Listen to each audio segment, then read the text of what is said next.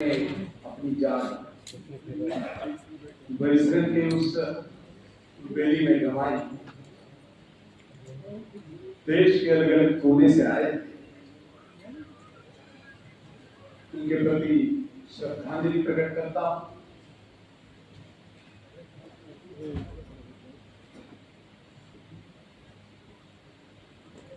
आज मैं यहाँ पे बोलने के लिए खड़ा हुआ,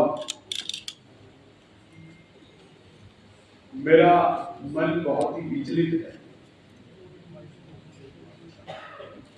मेरी आवाज एक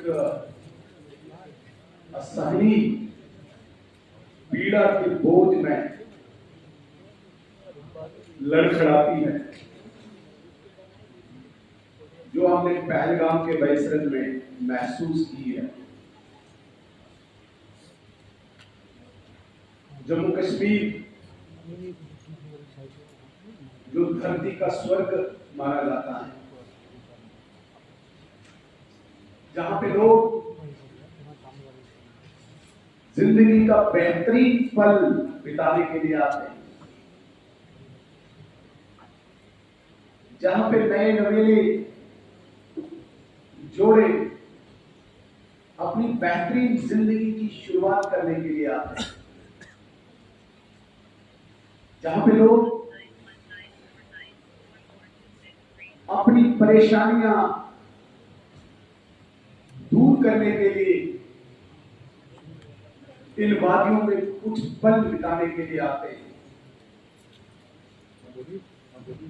वहां पे इस प्रकार की घटना, इस प्रकार का इंसिडेंट, इस प्रकार का मैसेकर जो 22 अप्रैल को हमारे सामने आया, इससे पूरी ह्यूमैनिटी को, पूरी मानवता को झकझोर करके रख दिया। मुझे लगता है कि पूरा देश इस वक्त एक सदमे में, शौक में, पीड़ा में। हम तो जम्मू कश्मीर के लोग हैं, हमारा तो स्वाभाविक है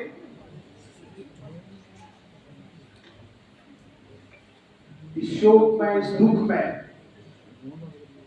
एकजुट होकर एक आवाज बुलंद करना। हालांकि हमारे पास वो शब्द नहीं है, हमारे पास कोई जवाब नहीं है उन लोगों के लिए जिन्होंने अपनों को हमारे इस जम्मू कश्मीर में खोया। खासकर उस महिला के लिए जिसने अपने सामने अपने पति के सीने में गोलियां चलते हुए देखी। उस बच्चे के लिए, उड़ीसा से उठ के जो आया था 8 साल का, अपने पिता को अपने सामने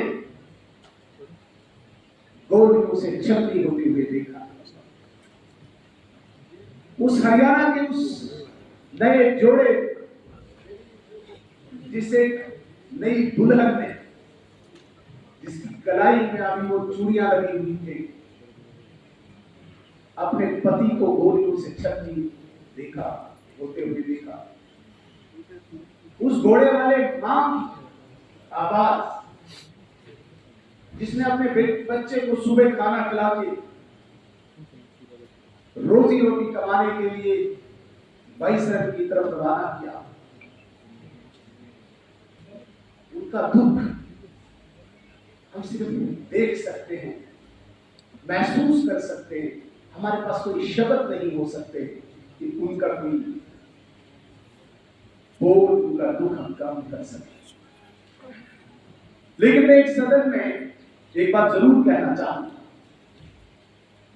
हम चुने हुए प्रतिनिधि,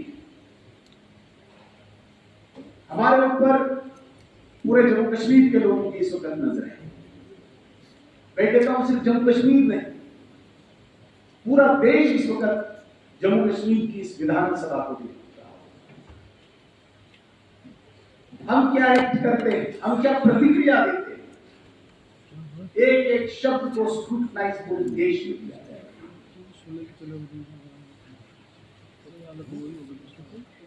हम इस वक्त उस कौम के नुमाइंदे, उस कौम के नमूने हैं जिस कौम ने 22 अप्रैल की शाम से ही 2 दिन लगातार कुछ खाए पिए, घर की चिंता के बगैर हमारे आखिरी कोने केरल से लेकर लखनपुर तक सड़कों पे उतरकर देश दुनिया को एक मैसेज दिया कि बेशक 36 साल लगे हमें, लेकिन 36 साल के बाद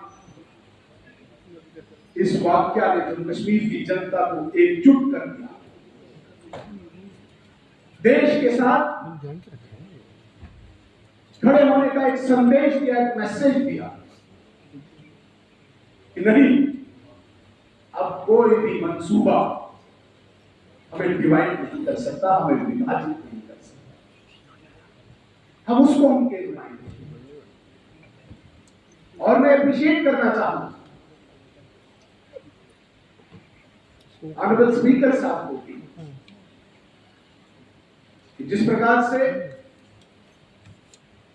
ऑनरेबल सीएम साहब ने आज पार्टी मीटिंग बुला के सभी पार्टीज के नुमाइंदों को एक सूत्र में पिरोकर भारत सरकार को,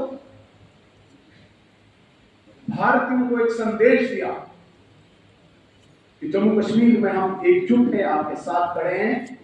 तुरंत उसी राह पर ऑनरेबल स्पीकर साहब ने आज इस विशेष सत्र को बुलाकर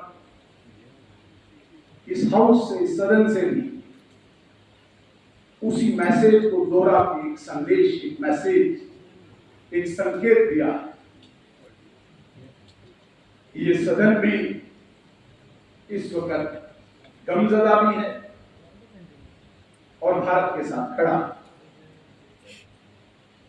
हालांकि इसमें कोई शक नहीं, बहुत सारे लोगों को एप्रीहेंशन भी थी, काफी लोग इंतजार में थे कि काश कोई शब्द निकले जिस शब्द को उछाल कर राजनीति शुरू हो जाए। लेकिन मैं अप्रिशिएट करूंगा सबको, सब पार्टीज को आपने मौका दिया, लेकिन बड़े ही संयमित और देवीपूर्ण तरीके से सबने एक आवाज में कहा कि इस वक्त हम एकजुट। राजनीति करने के मौके हमारे हजारों आए थे, इसमें कोई शक नहीं।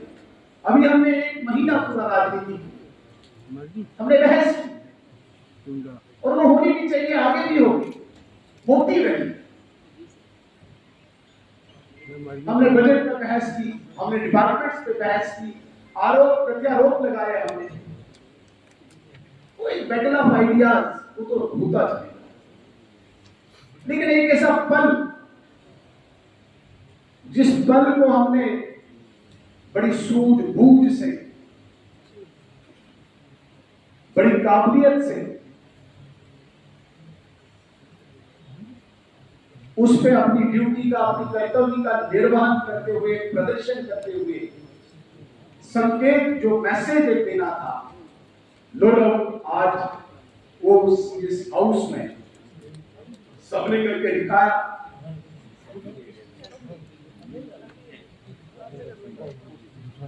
बहुत बार मैंने देखा है, खासकर मेरी उम्र के लोगों ने, तो मुझे लगता है कि पूरी जिंदगी जब हमने इस जवानी की दहलीज पे कदम रखा है, तब से आतंकवाद को बड़ी नजदीक से देखा है, इसमें कोई शक नहीं। और मैं भी उस क्षेत्र से आता हूं जब हमने आतंकवाद की बर्बरता को देखा। मैं एक मिसाल भी यहां पे देना चाहूंगा। 1993 में भी किश्तवाड़ से एक बस जम्मू के लिए जा रही थी, 14 अगस्त का वाकया था। एक जगह आतंकियों ने उस बस को रोक के नाम और धर्म पूछ के अलग अलग किया और 16 लोगों को वहां पे उन्होंने कुर्बान कर दिया। शहीद धर्म नाम कई ऐसे वाक्य हमारे सामने हैं। एक हमारा अपना साथी है, आज भी मेरे साथ ही चलता है, जय सिंह उस लड़के का नाम है। धार पे गया हुआ था भेड़ बकरी के साथ, अपनी मां के साथ। उसकी मां का सतन काट के उस जय सिंह के मुंह में घुसा। ये हमारी आंखों ने देखा। एक और लड़का राकेश कुमार धार पे ही था, उसके भाई का कलेजा निकाल के बिल्कुल ओपन किया था, उसके भाई ने पूछा था। वो फोटोग्राफ्स स्वर्गीय अटल बिहारी वाजपेयी जी जब भारत को रिप्रेजेंट करने के लिए, हालांकि उस वक्त भारतीय जनता पार्टी अपोजिशन में थी, विपक्ष में थी, लेकिन तत्कालीन तब के प्रधानमंत्री स्वर्गीय नरसिम्हा राव जी ने भारत को रिप्रेजेंट करने के लिए स्वर्गीय अटल बिहारी वाजपेयी जी को जेनेवा भेजा। और मुझे आज भी याद है वो फोटोग्राफ, अटल बिहारी वाजपेयी जी ने उस वर्ल्ड कॉन्फ्रेंस जो हुई थी, सब प्रतिनिधि उस कॉन्फ्रेंस में थे। वो जय सिंह की मां का चित्र और उस राकेश कुमार के भाई का चित्र स्वर्गीय अटल बिहारी वाजपेयी जी ने जेनेवा में दिखाया। ऐसे बर्बर, ऐसे निर्मम चित्र देखकर भी हम इकट्ठे नहीं हो पाए थे। लेकिन आज जिस प्रकार से 26 लाशें हमारे जम्मू कश्मीर को लोगों को अक्रॉस रिलीजियस लाइन, एक मिनट में किसी ने आह्वान नहीं किया, बगैर किसी के पहल किए किस तरीके से इकट्ठे होकर एक आवाज बने, आप इस पर किसी की नजर नहीं। और खासकर ये सबसे बड़ी जिम्मेदारी हम 90 लोगों की। भारत सरकार क्या